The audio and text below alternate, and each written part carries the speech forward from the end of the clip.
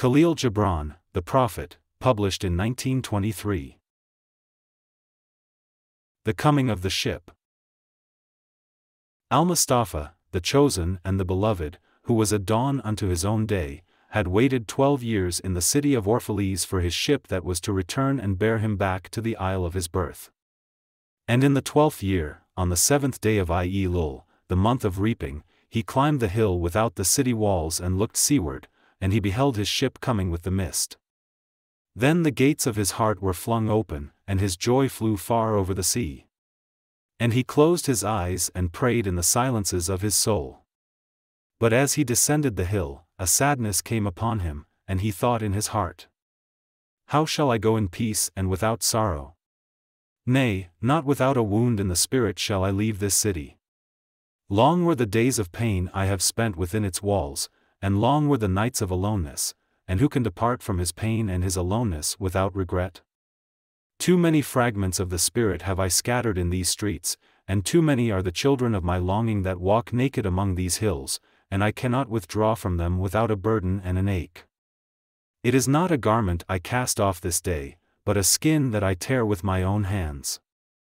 Nor is it a thought I leave behind me, but a heart made sweet with hunger and with thirst. Yet I cannot tarry longer. The sea that calls all things unto her calls me, and I must embark. For to stay, though the hours burn in the night, is to freeze and crystallize and be bound in a mold. Fain would I take with me all that is here. But how shall I? A voice cannot carry the tongue and the lips that gave it wings. Alone must it seek the ether. And alone and without his nest shall the eagle fly across the sun.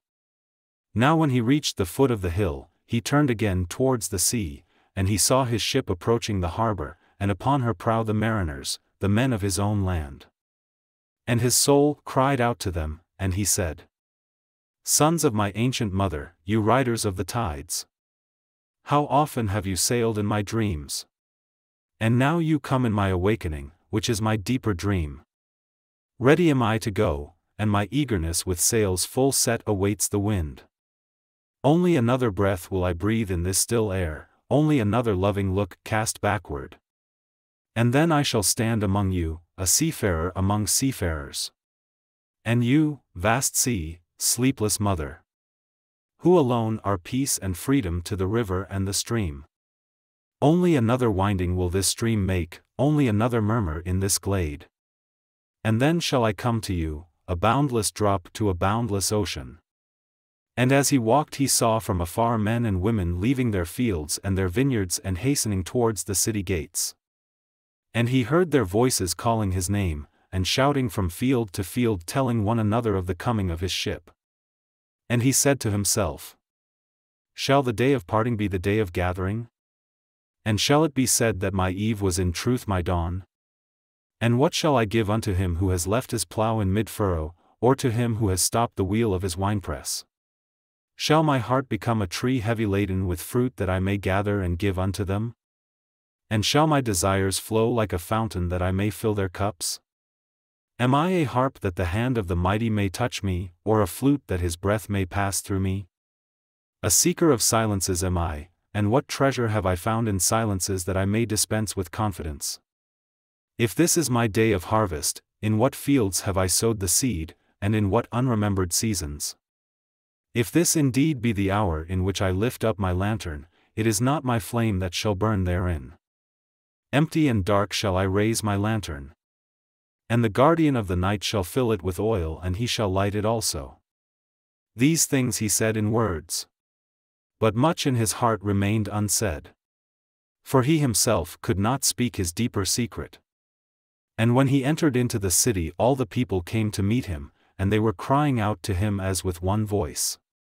And the elders of the city stood forth and said, "Go not yet away from us.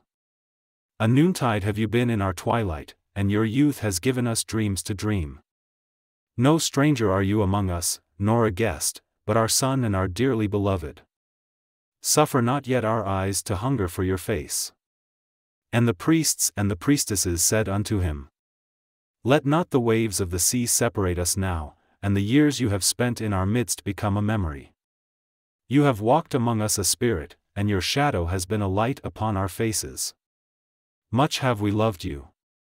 But speechless was our love, and with veils has it been veiled.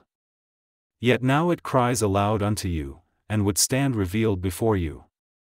And ever has it been that love knows not its own depth until the hour of separation. And others came also and entreated him. But he answered them not. He only bent his head, and those who stood near saw his tears falling upon his breast. And he and the people proceeded towards the great square before the temple. And there came out of the sanctuary a woman whose name was Almustafa. And she was a seeress. And he looked upon her with exceeding tenderness, for it was she who had first sought and believed in him when he had been but a day in their city.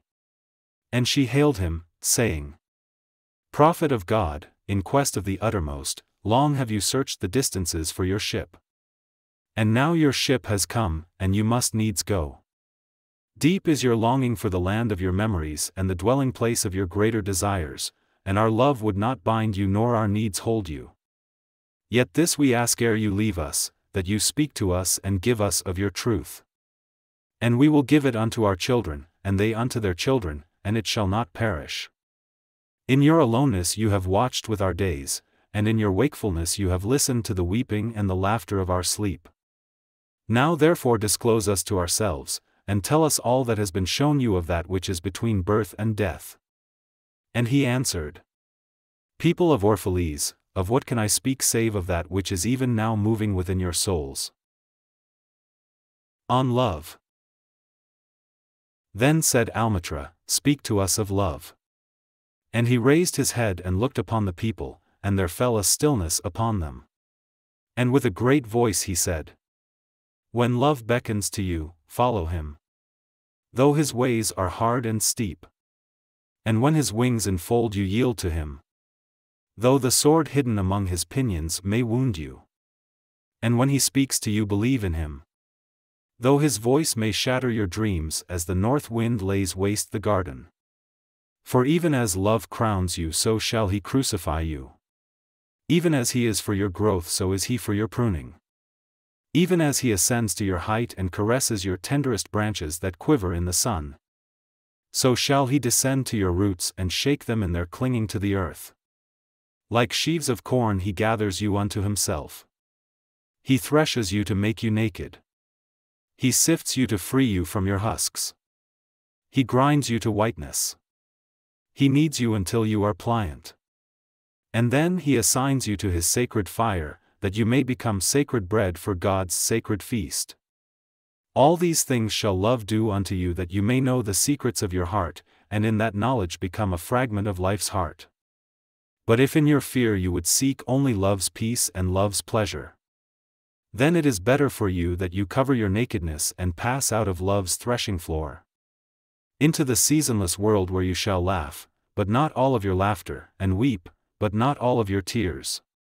Love gives not but itself and takes not but from itself. Love possesses not, nor would it be possessed. For love is sufficient unto love. When you love, you should not say, God is in my heart, but rather, I am in the heart of God. And think not you can direct the course of love, for love, if it finds you worthy, directs your course. Love has no other desire but to fulfill itself. But if you love and must needs have desires, let these be your desires. To melt and be like a running brook that sings its melody to the night. To know the pain of too much tenderness. To be wounded by your own understanding of love. And to bleed willingly and joyfully. To wake at dawn with a winged heart and give thanks for another day of loving. To rest at the noon hour and meditate love's ecstasy. To return home at eventide with gratitude. And then to sleep with a prayer for the beloved in your heart and a song of praise upon your lips. On marriage. Then Almustafa spoke again and said, And what of marriage, master? And he answered, saying, You were born together, and together you shall be forevermore. You shall be together when the white wings of death scatter your days. Aye, you shall be together even in the silent memory of God. but let there be spaces in your togetherness. And let the winds of the heavens dance between you. Love one another, but make not a bond of love. Let it rather be a moving sea between the shores of your souls. Fill each other's cup, but drink not from one cup. Give one another of your bread, but eat not from the same loaf. Sing and dance together and be joyous, but let each one of you be alone. Even as the strings of a lute are alone though they quiver with the same music. Give your hearts, but not into each other's keeping. For only the hand of life can contain your hearts. And stand together yet not too near together.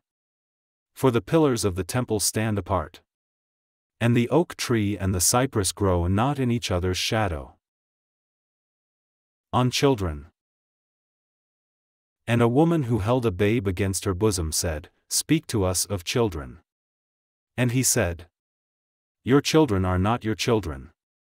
They are the sons and daughters of life's longing for itself. They come through you but not from you. And though they are with you yet they belong not to you. You may give them your love but not your thoughts. For they have their own thoughts. You may house their bodies but not their souls. For their souls dwell in the house of tomorrow, which you cannot visit, not even in your dreams. You may strive to be like them, but seek not to make them like you. For life goes not backward nor tarries with yesterday. You are the bows from which your children as living arrows are sent forth. The archer sees the mark upon the path of the infinite, and he bends you with his might that his arrows may go swift and far. Let your bending in the archer's hand be for gladness. For even as he loves the arrow that flies, so he loves also the bow that is stable. On giving. Then said a rich man, Speak to us of giving. And he answered, You give but little when you give of your possessions. It is when you give of yourself that you truly give. For what are your possessions but things you keep and guard for fear you may need them tomorrow? And tomorrow, what shall tomorrow bring to the overprudent dog burying bones in the trackless sand as he follows the pilgrims to the holy city? And what is fear of need but need itself? Is not dread of thirst when your well is full, the thirst that is unquenchable? There are those who give little of the much which they have, and they give it for recognition, and their hidden desire makes their gifts unwholesome. And there are those who have little and give it all. These are the believers in life and the bounty of life, and their coffer is never empty. There are those who give with joy, and that joy is their reward. And there are those who give with pain, and that pain is their baptism. And there are those who give and know not pain in giving, nor do they seek joy, nor give with mindfulness of virtue. They give as in yonder valley the myrtle breathes its fragrance into space. Through the hands of such as these God speaks, and from behind their eyes he smiles upon the earth. It is well to give when asked, but it is better to give unasked, through understanding. And to the open-handed the search for one who shall receive is joy greater than giving. And is there aught you would withhold? All you have shall some day be given. Therefore give now, that the season of giving may be yours and not your inheritors. You often say, I would give, but only to the deserving. The trees in your orchard say not so, nor the flocks in your pasture. They give that they may live, for to withhold is to perish. Surely he who is worthy to receive his days and his nights, is worthy of all else from you. And he who has deserved to drink from the ocean of life deserves to fill his cup from your little stream. And what desert greater shall there be, than that which lies in the courage and the confidence, nay the charity, of receiving? And who are you that men should rend their bosom and unveil their pride, that you may see their worth naked and their pride unabashed? See first that you yourself deserve to be a giver, and an instrument of giving. For in truth it is life that gives unto life, while you, who deem yourself a giver, are but a witness. And you receivers, and you are all receivers, assume no weight of gratitude, lest you lay a yoke upon yourself and upon him who gives. Rather rise together with the giver on his gifts as on wings. For to be over-mindful of your debt, is to doubt his generosity who has the free-hearted earth for mother, and God for Father. On eating and drinking. Then an old man, a keeper of an inn, said, "Speak to us of eating and drinking." And he said, "Would that you could live on the fragrance of the earth, and like an air plant be sustained by the light. But since you must kill to eat, and rob the newly born of its mother's milk to quench your thirst, let it then be an act of worship. And let your board stand an altar on which the pure and the innocent of forest and plain are sacrificed for that which is purer and still more innocent in man. When you kill a beast, say to him in your heart, by the same power that slays you, I too am slain, and I too shall be consumed. For the law that delivered you into my hand shall deliver me into a mightier hand. Your blood and my blood is naught but the sap that feeds the tree of heaven. And when you crush an apple with your teeth, say to it in your heart, your seeds shall live in my body. And the buds of your tomorrow shall blossom in my heart. And your fragrance shall be my breath, and together we shall rejoice through all the seasons. And in the autumn, when you gather the grapes of your vineyards for the winepress, say in your heart, I too am a vineyard, and my fruit shall be gathered for the winepress. And like new wine I shall be kept in eternal vessels. And in winter, when you draw the wine, let there be in your heart a song for each cup. And let there be in the song a remembrance for the autumn days, and for the vineyard, and for the winepress. On work. Then a plowman said, Speak to us of work. And he answered, saying, You work that you may keep pace with the earth and the soul of the earth. For to be idle is to become a stranger unto the seasons, and to step out of life's procession, that marches in majesty and proud submission towards the infinite. When you work you are a flute through whose heart the whispering of the hours turns to music. Which of you would be a reed, dumb and silent, when all else sings together in unison? Always you have been told that work is a curse and labor a misfortune. But I say to you that when you work you fulfill a part of earth's furthest dream, assigned to you when that dream was born. And in keeping yourself with labor you are in truth loving life. And to love life through labor is to be intimate with life's inmost secret. But if you in your pain call birth an affliction and the support of the flesh a curse written upon your brow, then I answer that naught but the sweat of your brow shall wash away that which is written. You have been told also that life is darkness, and in your weariness you echo what was said by the weary. And I say that life is indeed darkness save when there is urge. And all urge is blind save when there is knowledge. And all knowledge is vain save when there is work. And all work is empty save when there is love. And when you work with love you bind yourself to yourself, and to one another, and to God. And what is it to work with love? It is to weave the cloth with threads drawn from your heart, even as if your beloved were to wear that cloth. It is to build a house with affection, even as if your beloved were to dwell in that house. It is to sow seeds with tenderness and reap the harvest with joy, even as if your beloved were to eat the fruit. It is to charge all things you fashion with a breath of your own spirit. And to know that all the blessed dead are standing about you and watching. Often have I heard you say, as if speaking in sleep, he who works in marble, and finds the shape of his own soul in the stone, is nobler than he who plows the soil. And he who seizes the rainbow to lay it on a cloth in the likeness of man, is more than he who makes the sandals for our feet. But I say, not in sleep but in the overwakefulness of noontide, that the wind speaks not more sweetly to the giant oaks than to the least of all the blades of grass. And he alone is great who turns the voice of the wind into a song made sweeter by his own loving. Work is love made visible. And if you cannot work with love but only with distaste, it is better that you should leave your work and sit at the gate of the temple and take alms of those who work with joy. For if you bake bread with indifference, you bake a bitter bread that feeds but half man's hunger. And if you grudge the crushing of the grapes, your grudge distills a poison in the wine. And if you sing though as angels, and love not the singing, you muffle man's ears to the voices of the day and the voices of the night. On joy and sorrow. Then a woman said, Speak to us of joy and sorrow. And he answered, Your joy is your sorrow unmasked. And the selfsame well from which your laughter rises was oftentimes filled with your tears. And how else can it be? The deeper that sorrow carves into your being, the more joy you can contain. Is not the cup that holds your wine the very cup that was burned in the potter's oven? And is not the lute that soothes your spirit, the very wood that was hollowed with knives? When you are joyous, look deep into your heart and you shall find it is only that which has given you sorrow that is giving you joy. When you are sorrowful, look again in your heart, and you shall see that in truth you are weeping for that which has been your delight.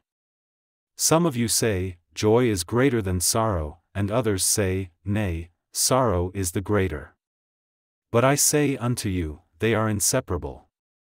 Together they come, and when one sits alone with you at your board, remember that the other is asleep upon your bed. Verily you are suspended like scales between your sorrow and your joy. Only when you are empty are you at standstill and balanced. When the treasure keeper lifts you to weigh his gold and his silver, needs must your joy or your sorrow rise or fall. On houses. Then a mason came forth and said, Speak to us of houses. And he answered and said, Build of your imaginings a bower in the wilderness ere you build a house within the city walls. For even as you have homecomings in your twilight, so has the wanderer in you, the ever distant and alone. Your house is your larger body. It grows in the sun and sleeps in the stillness of the night, and it is not dreamless. Does not your house dream? And dreaming, leave the city for grove or hilltop? Would that I could gather your houses into my hand, and like a sower scatter them in forest and meadow. Would the valleys were your streets, and the green paths your alleys, that you might seek one another through vineyards, and come with the fragrance of the earth in your garments. But these things are not yet to be. In their fear your forefathers gathered you too near together. And that fear shall endure a little longer. A little longer shall your city walls separate your hearts from your fields. And tell me, people of Orphalese, what have you in these houses? And what is it you guard with fastened doors? Have you peace, the quiet urge that reveals your power? Have you remembrances, the glimmering arches that span the summits of the mind? Have you beauty, that leads the heart from things fashioned of wood and stone to the holy mountain? Tell me, have you these in your houses? Or have you only comfort, and the lust for comfort, that stealthy thing that enters the house a guest, and then becomes a host, and then a master? Aye, and it becomes a tamer, and with hook and scourge makes puppets of your larger desires. Though its hands are silken, its heart is of iron. It lulls you to sleep only to stand by your bed and jeer at the dignity of the flesh. It makes mock of your sound senses, and lays them in thistledown like fragile vessels. Verily the lust for comfort murders the passion of the soul, and then walks grinning in the funeral. But you, children of space, you restless in rest, you shall not be trapped nor tamed. Your house shall be not an anchor but a mast. It shall not be a glistening film that covers a wound, but an eyelid that guards the eye. You shall not fold your wings that you may pass through doors, nor bend your heads that they strike not against a ceiling, nor fear to breathe lest walls should crack and fall down. You shall not dwell in tombs made by the dead for the living. And though of magnificence and splendor, your house shall not hold your secret nor shelter your longing. For that which is boundless in you abides in the mansion of the sky, whose door is the morning mist, and whose windows are the songs and the silences of night. On clothes. And the weaver said, Speak to us of clothes. And he answered, Your clothes conceal much of your beauty, yet they hide not the unbeautiful. And though you seek in garments the freedom of privacy, you may find in them a harness and a chain. Would that you could meet the sun and the wind with more of your skin and less of your raiment. For the breath of life is in the sunlight and the hand of life is in the wind. Some of you say, It is the north wind who has woven the clothes we wear. And I say, Aye, it was the north wind. But shame was his loom, and the softening of the sinews was his thread. And when his work was done he laughed in the forest. Forget not that modesty is for a shield against the eye of the unclean. And when the unclean shall be no more, what were modesty but a fetter and a fouling of the mind? And forget not that the earth delights to feel your bare feet and the winds long to play with your hair. On buying and selling. And a merchant said, Speak to us of buying and selling. And he answered and said, To you the earth yields her fruit, and you shall not want if you but know how to fill your hands. It is in exchanging the gifts of the earth that you shall find abundance and be satisfied. Yet unless the exchange be in love and kindly justice, it will but lead some to greed and others to hunger. When in the marketplace you toilers of the sea and fields and vineyards meet the weavers and the potters and the gatherers of spices. Invoke then the master spirit of the earth, to come into your midst and sanctify the scales and the reckoning that weighs value against value. And suffer not the barren-handed to take part in your transactions, who would sell their words for your labor. To such men you should say, Come with us to the field, or go with our brothers to the sea and cast your net. For the land and the sea shall be bountiful to you even as to us. And if there come the singers and the dancers and the flute players, buy of their gifts also. For they too are gatherers of fruit and frankincense, and that which they bring, though fashioned of dreams, is raiment and food for your soul. And before you leave the marketplace, see that no one has gone his way with empty hands. For the master spirit of the earth shall not sleep peacefully upon the wind till the needs of the least of you are satisfied. On crime and punishment. Then one of the judges of the city stood forth and said, Speak to us of crime and punishment. And he answered, saying, It is when your spirit goes wandering upon the wind, that you, alone and unguarded, commit a wrong unto others and therefore unto yourself. And for that wrong committed must you knock and wait a while unheeded at the gate of the blessed. Like the ocean is your God-self. It remains forever undefiled. And like the ether it lifts but the winged. Even like the sun is your God-self. It knows not the ways of the mole nor seeks at the holes of the serpent. But your God-self dwells not alone in your being. Much in you is still man, and much in you is not yet man. But a shapeless pygmy that walks asleep in the mist searching for its own awakening. And of the man in you would I now speak. For it is he and not your God-self nor the pygmy in the mist, that knows crime and the punishment of crime. Oftentimes have I heard you speak of one who commits a wrong as though he were not one of you, but a stranger unto you and an intruder upon your world. But I say that even as the holy and the righteous cannot rise beyond the highest which is in each one of you, so the wicked and the weak cannot fall lower than the lowest which is in you also. And as a single leaf turns not yellow but with the silent knowledge of the whole tree, so the wrongdoer cannot do wrong without the hidden will of you all. Like a procession you walk together towards your God-self. You are the way and the wayfarers. And when one of you falls down he falls for those behind him, a caution against the stumbling stone. Aye, and he falls for those ahead of him, who though faster and surer of foot, yet removed not the stumbling stone. And this also, though the word lie heavy upon your hearts. The murdered is not unaccountable for his own murder. And the robbed is not blameless in being robbed. The righteous is not innocent of the deeds of the wicked. And the white-handed is not clean in the doings of the felon. Yea, the guilty is oftentimes the victim of the injured. And still more often the condemned is the burden-bearer for the guiltless and unblamed. You cannot separate the just from the unjust and the good from the wicked. For they stand together before the face of the sun even as the black thread and the white are woven together. And when the black thread breaks, the weaver shall look into the whole cloth, and he shall examine the loom also. If any of you would bring to judgment the unfaithful wife, let him also weigh the heart of her husband in scales, and measure his soul with measurements. And let him who would lash the offender look unto the spirit of the offended. And if any of you would punish in the name of righteousness and lay the axe unto the evil tree, let him see to its roots. And verily he will find the roots of the good and the bad, the fruitful and the fruitless, all entwined together in the silent heart of the earth. And you judges who would be just, what judgment pronounce you upon him who though honest in the flesh yet is a thief in spirit?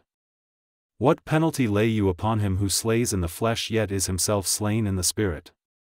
And how prosecute you him who in action is a deceiver and an oppressor? Yet who also is aggrieved and outraged? And how shall you punish those whose remorse is already greater than their misdeeds? Is not remorse the justice which is administered by that very law which you would fain serve? Yet you cannot lay remorse upon the innocent nor lift it from the heart of the guilty. Unbidden shall it call in the night, that men may wake and gaze upon themselves. And you who would understand justice, how shall you unless you look upon all deeds in the fullness of light? Only then shall you know that the erect and the fallen are but one man standing in twilight between the night of his pygmy self and the day of his God self, and that the cornerstone of the temple is not higher than the lowest stone in its foundation. On laws. Then a lawyer said, "But what of our laws, master?" And he answered, "You delight in laying down laws. Yet you delight more in breaking them. Like children playing by the ocean who build sand towers with constancy and then destroy them with laughter. But while you build your sand towers the ocean brings more sand to the shore. And when you destroy them the ocean laughs with you. Verily the ocean laughs always with the innocent. But what of those to whom life is not an ocean, and man-made laws are not sand towers?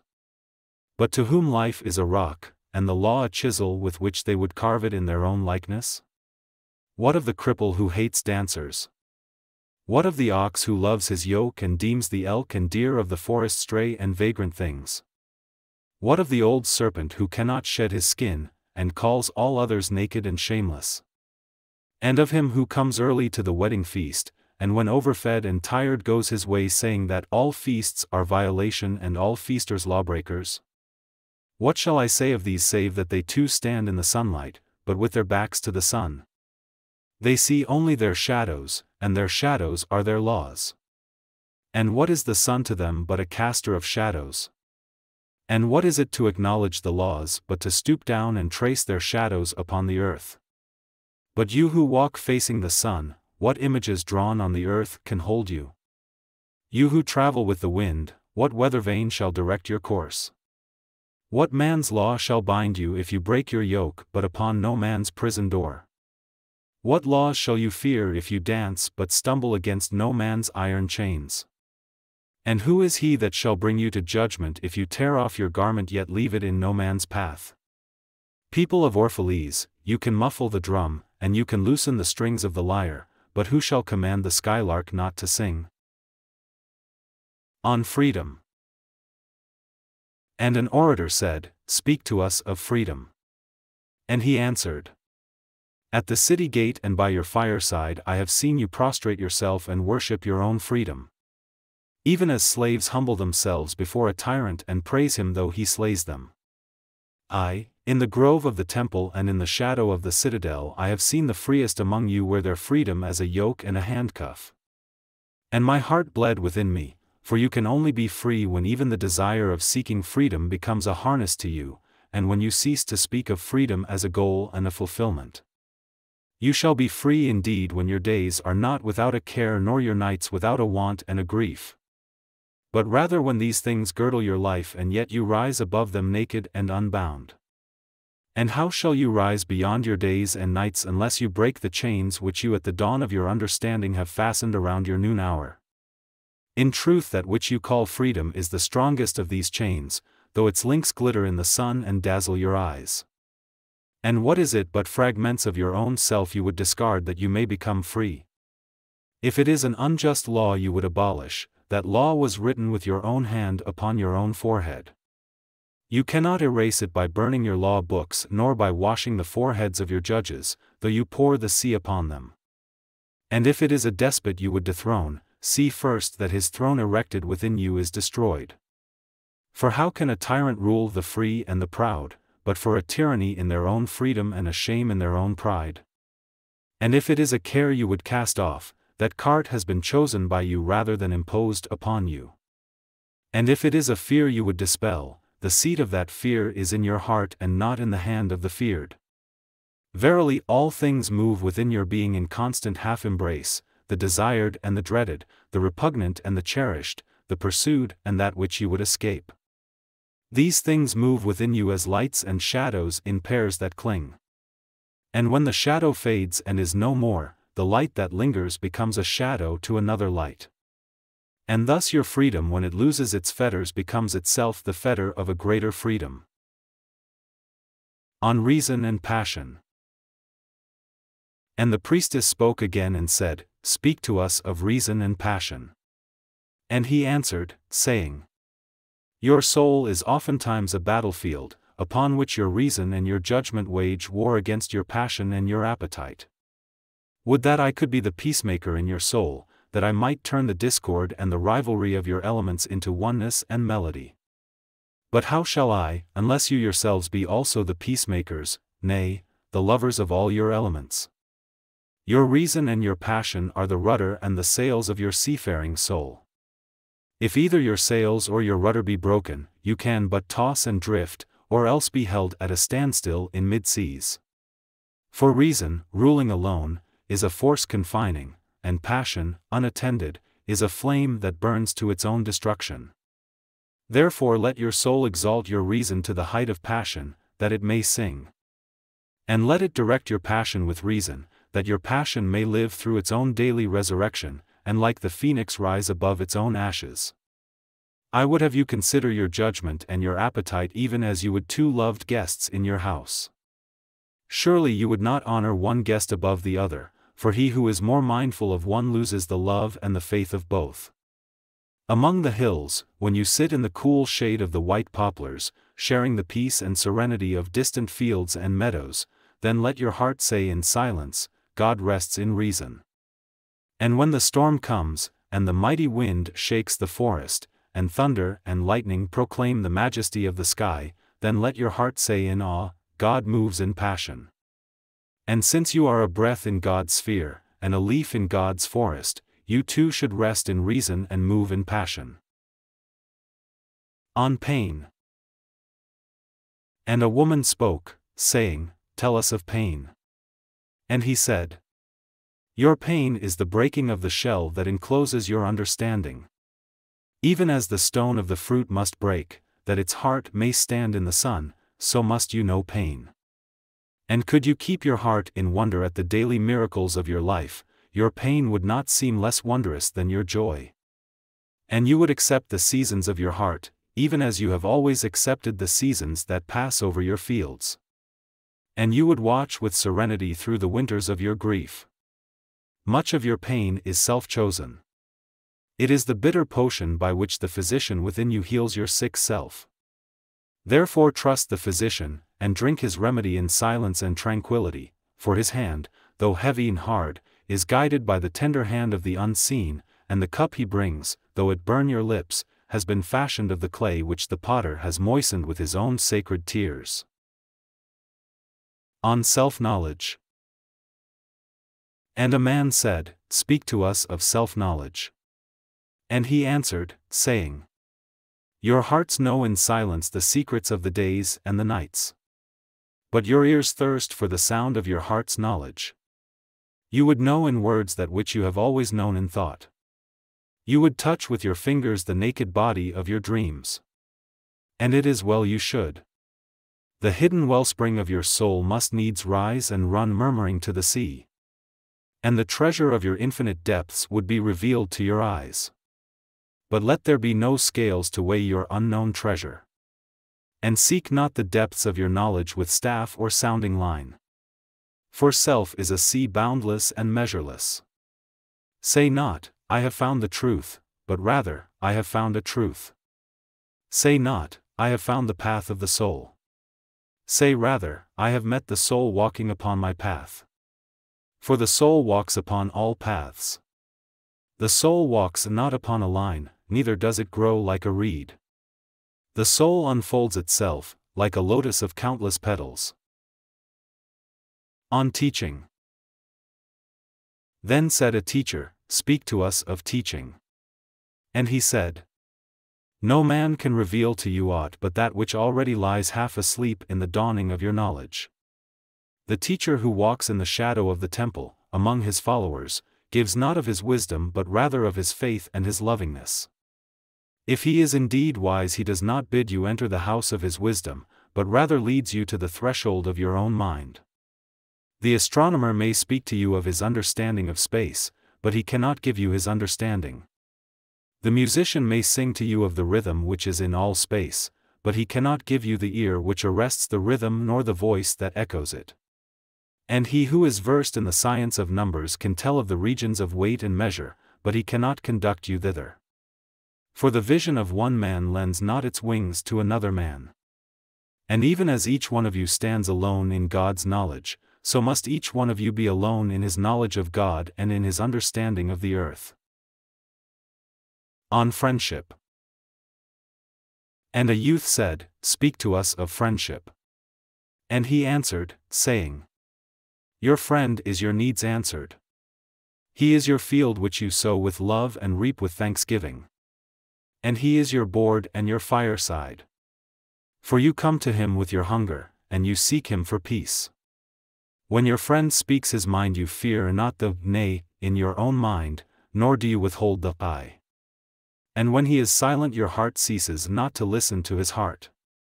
For without words, in friendship, all thoughts, all desires, all expectations are born and shared, with joy that is unacclaimed.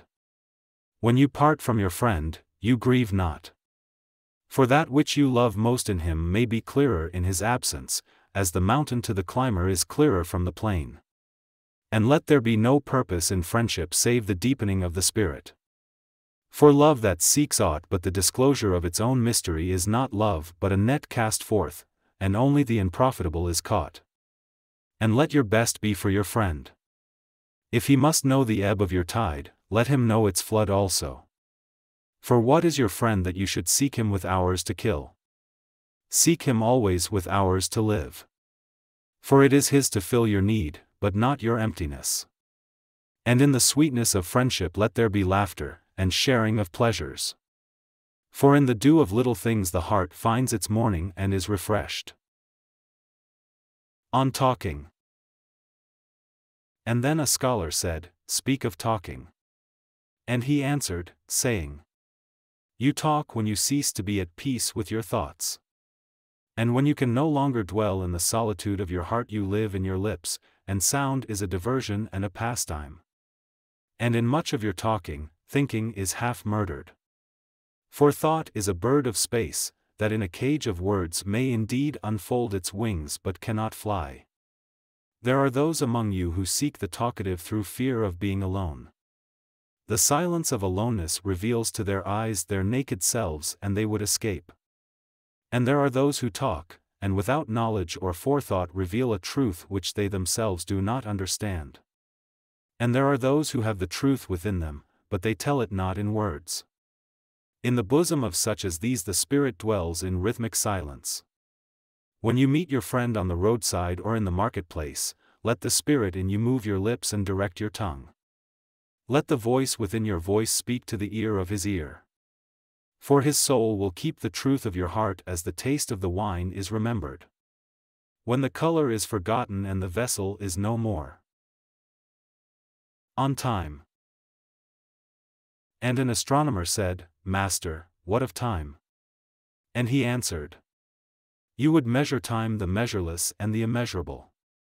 You would adjust your conduct and even direct the course of your spirit according to hours and seasons.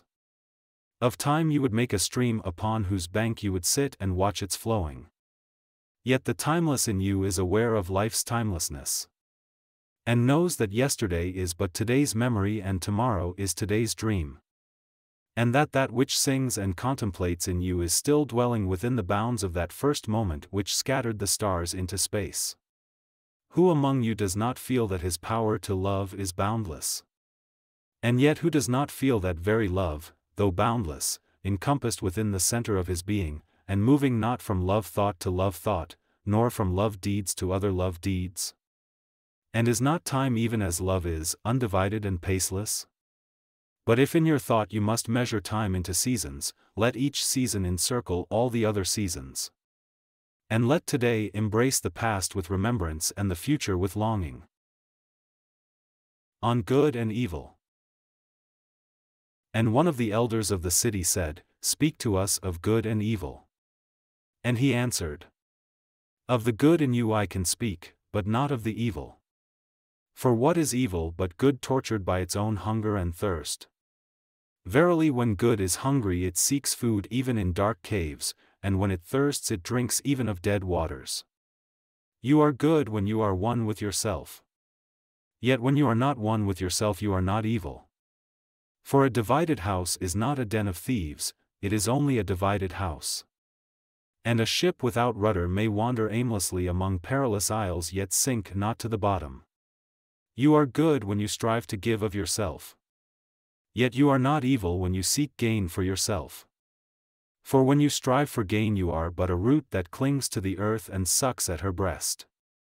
Surely the fruit cannot say to the root, Be like me, ripe and full and ever giving of your abundance. For to the fruit giving is a need, as receiving is a need to the root. You are good when you are fully awake in your speech. Yet you are not evil when you sleep while your tongue staggers without purpose. And even stumbling speech may strengthen a weak tongue. You are good when you walk to your goal firmly and with bold steps. Yet you are not evil when you go thither limping. Even those who limp go not backward. But you who are strong and swift, see that you do not limp before the lame, deeming it kindness. You are good in countless ways, and you are not evil when you are not good. You are only loitering and sluggard. Pity that the stags cannot teach swiftness to the turtles. In your longing for your giant self lies your goodness, and that longing is in all of you. But in some of you that longing is a torrent rushing with might to the sea, carrying the secrets of the hillsides and the songs of the forest. And in others it is a flat stream that loses itself in angles and bends and lingers before it reaches the shore. But let not him who longs much say to him who longs little, Wherefore are you slow and halting? For the truly good ask not the naked, Where is your garment? Nor the houseless, What has befallen your house? On prayer. Then a priestess said, Speak to us of prayer. And he answered, saying, You pray in your distress and in your need, would that you might pray also in the fullness of your joy and in your days of abundance. For what is prayer but the expansion of yourself into the living ether? And if it is for your comfort to pour your darkness into space, it is also for your delight to pour forth the dawning of your heart. And if you cannot but weep when your soul summons you to prayer, she should spur you again and yet again, though weeping, until you shall come laughing. When you pray you rise to meet in the air those who are praying at that very hour, and whom save in prayer you may not meet. Therefore let your visit to that temple invisible be for naught but ecstasy and sweet communion. For if you should enter the temple for no other purpose than asking you shall not receive. And if you should enter into it to humble yourself you shall not be lifted.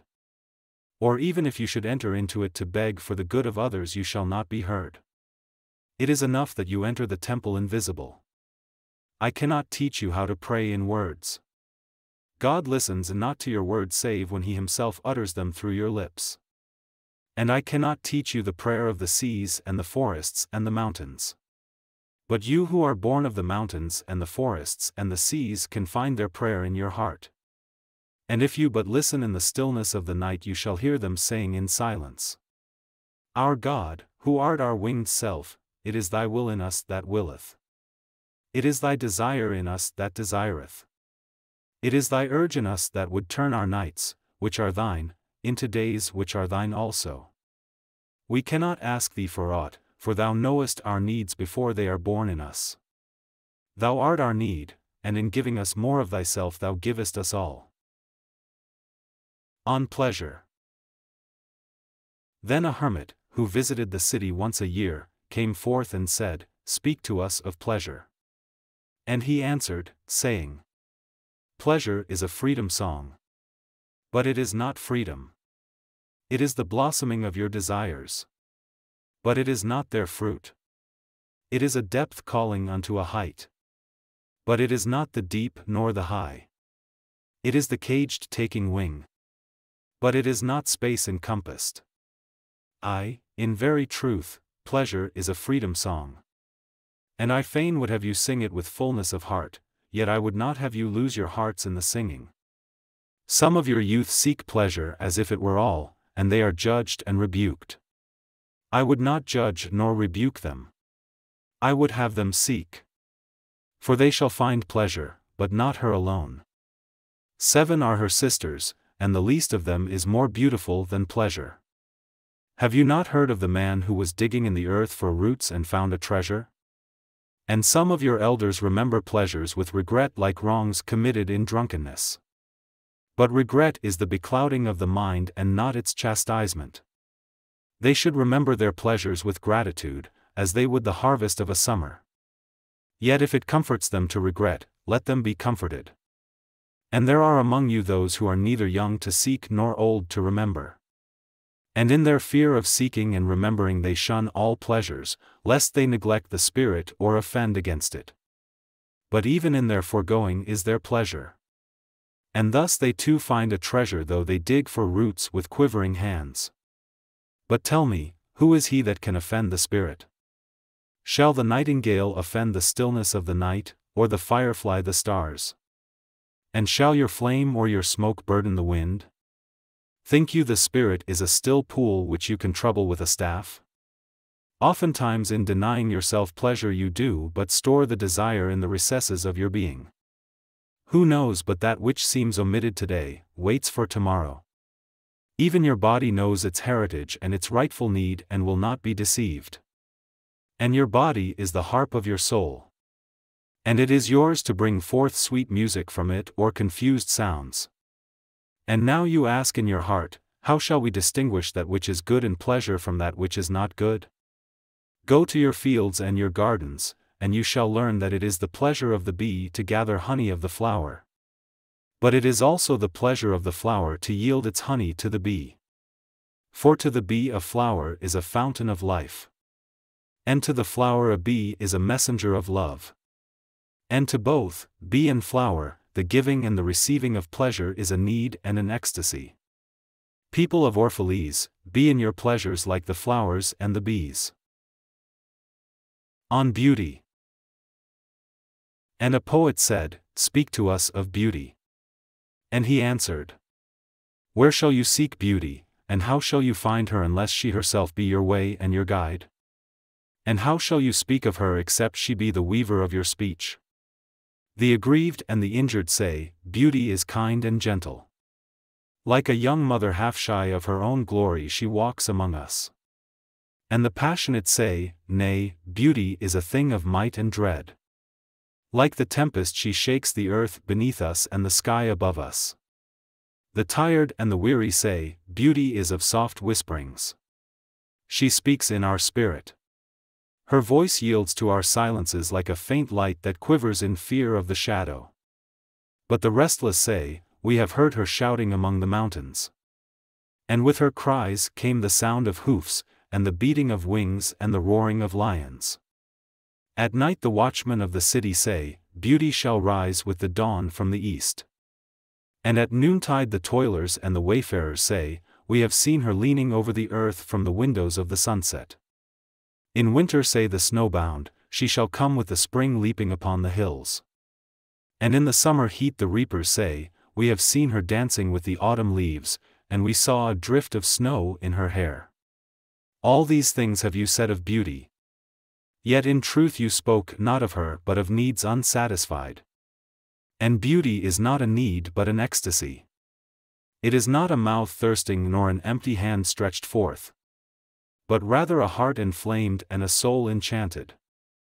It is not the image you would see nor the song you would hear, but rather an image you see though you close your eyes and a song you hear though you shut your ears. It is not the sap within the furrowed bark, nor a wing attached to a claw, but rather a garden forever in bloom and a flock of angels forever in flight. People of Orphalese, beauty is life when life unveils her holy face. But you are life and you are the veil. Beauty is eternity gazing at itself in a mirror. But you are eternity and you are the mirror. On religion. And an old priest said, "Speak to us of religion."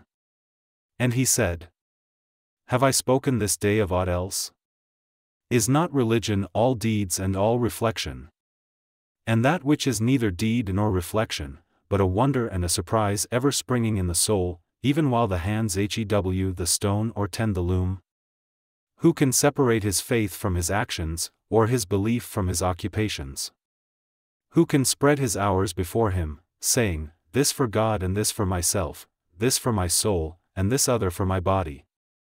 All your hours are wings that beat through space from self to self. He who wears his morality but as his best garment were better naked. The wind and the sun will tear no holes in his skin. And he who defines his conduct by ethics imprisons his songbird in a cage. The freest song comes not through bars and wires. And he to whom worshipping is a window, to open but also to shut, has not yet visited the house of his soul whose windows are from dawn to dawn.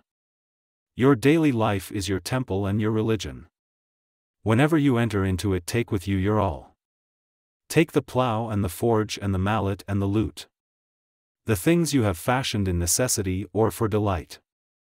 For in reverie you cannot rise above your achievements nor fall lower than your failures.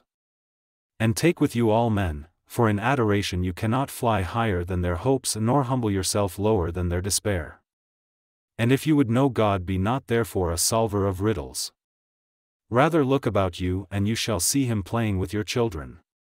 And look into space, you shall see him walking in the cloud, outstretching his arms in the lightning and descending in rain. You shall see him smiling in flowers, then rising and waving his hands in trees. On death. Then Almustafa spoke, saying, we would ask now of death. And he said, you would know the secret of death. But how shall you find it unless you seek it in the heart of life? The owl whose night-bound eyes are blind unto the day cannot unveil the mystery of light. If you would indeed behold the spirit of death, open your heart wide unto the body of life. For life and death are one, even as the river and the sea are one. In the depth of your hopes and desires lies your silent knowledge of the beyond. And like seeds dreaming beneath the snow, your heart dreams of spring. Trust the dreams, for in them is hidden the gate to eternity. Your fear of death is but the trembling of the shepherd when he stands before the king whose hand is to be laid upon him in honor. Is the shepherd not joyful beneath his trembling, that he shall wear the mark of the king? Yet is he not more mindful of his trembling? For what is it to die but to stand naked in the wind and to melt into the sun? And what is it to cease breathing, but to free the breath from its restless tides, that it may rise and expand and seek God unencumbered? Only when you drink from the river of silence shall you indeed sing. And when you have reached the mountain top, then you shall begin to climb. And when the earth shall claim your limbs, then shall you truly dance. The farewell. And now it was evening. And Almustafa the seeress said, blessed be this day and this place and your spirit that has spoken. And he answered, was it I who spoke? Was I not also a listener? Then he descended the steps of the temple and all the people followed him. And he reached his ship and stood upon the deck. And facing the people again, he raised his voice and said, people of Orphalese, the wind bids me leave you. Less hasty am I than the wind, yet I must go. We wanderers, ever seeking the lonelier way, begin no day where we have ended another day, and no sunrise finds us where sunset left us. Even while the earth sleeps we travel. We are the seeds of the tenacious plant, and it is in our ripeness and our fullness of heart that we are given to the wind and are scattered. Brief were my days among you, and briefer still the words I have spoken. But should my voice fade in your ears, and my love vanish in your memory, then I will come again. And with a richer heart and lips more yielding to the Spirit will I speak. Yea, I shall return with the tide. And though death may hide me, and the greater silence enfold me, yet again will I seek your understanding. And not in vain will I seek. If aught I have said is truth, that truth shall reveal itself in a clearer voice, and in words more kin to your thoughts. I go with the wind, people of Orphalese, but not down into emptiness, and if this day is not a fulfillment of your needs and my love, then let it be a promise till another day. Man's needs change, but not his love, nor his desire that his love should satisfy his needs. Know therefore, that from the greater silence I shall return. The mist that drifts away at dawn, leaving but dew in the fields, shall rise and gather into a cloud and then fall down in rain. And not unlike the mist have I been. In the stillness of the night I have walked in your streets, and my spirit has entered your houses. And your heartbeats were in my heart, and your breath was upon my face, and I knew you all. I knew your joy and your pain, and in your sleep your dreams were my dreams. And oftentimes I was among you a lake among the mountains. I mirrored the summits in you and the bending slopes, and even the passing flocks of your thoughts and your desires. And to my silence came the laughter of your children in streams, and the longing of your youths in rivers. And when they reached my depth the streams and the rivers ceased not yet to sing. But sweeter still than laughter and greater than longing came to me.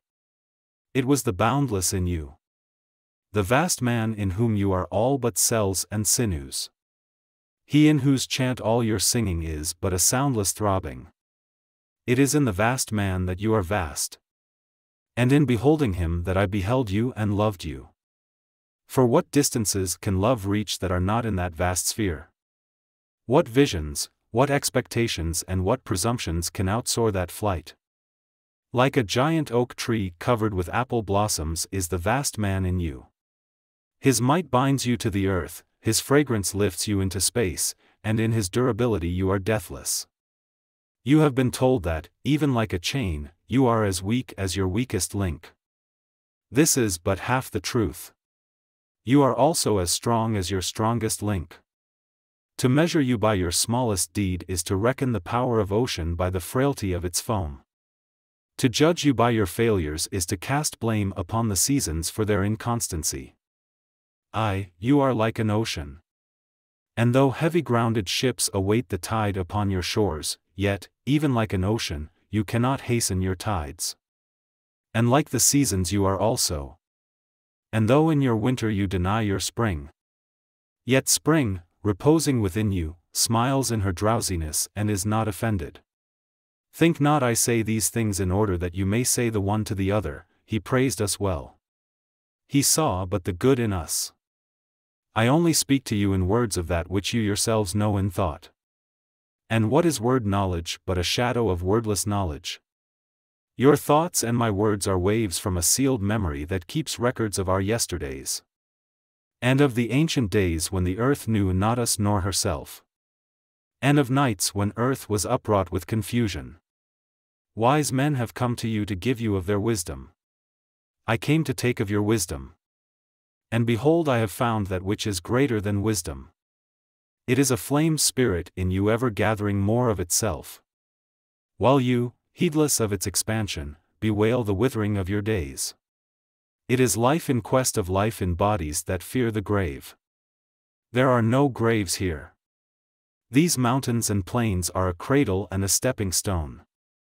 Whenever you pass by the field where you have laid your ancestors, look well thereupon, and you shall see yourselves and your children dancing hand in hand.